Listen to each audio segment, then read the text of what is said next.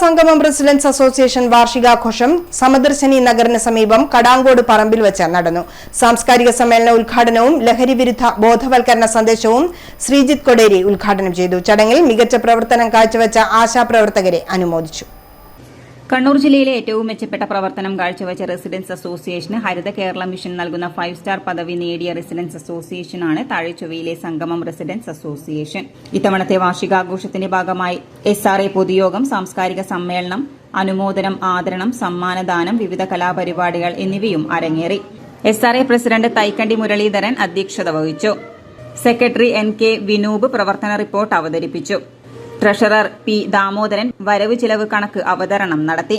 Kannur corporation councillor S Shaheeda, Dhanesh Mohan, SRA ഉപദേശക സമിതി അംഗം അമർനാഥ്, വനിതാവേദി convenor H Smitha, joint secretary N Siraj തുടങ്ങിയവർ സംസാരിച്ചു.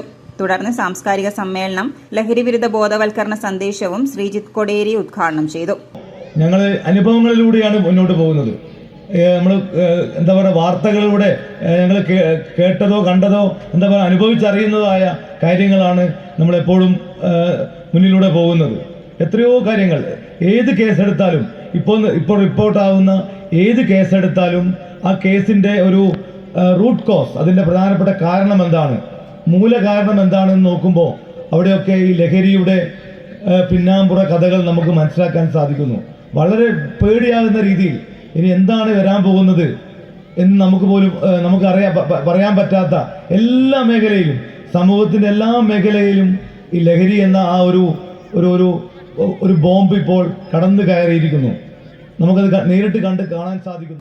ദേശീയ, സംസ്ഥാന, ജില്ലാ തലങ്ങളിൽ മികച്ച സേവനം നടത്തിയവരെയും പുരസ്കാരം നേടിയവരെയും അനുമോദിക്കുന്ന ചടങ്ങും നടന്നു. തുടർന്ന് SRA വനിതാവേദിയുടെ വിവിധ കലാപരിപാടികൾ അരങ്ങേറി. പുരുഷന്മാരുടെ ഒപ്പന പരിപാടിയിലെ വേറിട്ട കാഴ്ചയായി. തുടർന്ന് സംഗമം സർഗവേദി പ്രമുഖ ഗായകരെ അണിനിരത്തിയുള്ള ഗംഭീര ഗാനമേളയും അവതരിപ്പിച്ചു. പ്രമുഖ TV ചാനലുകളിൽ പരിപാടികൾ അവതരിപ്പിക്കുന്ന സനൽ കല്ലാട്ടും രാജേഷും നയിച്ച മാജിക് ഷോ വാർഷികാഘോഷത്തിന്റെ ഭാഗമായി നടന്നു.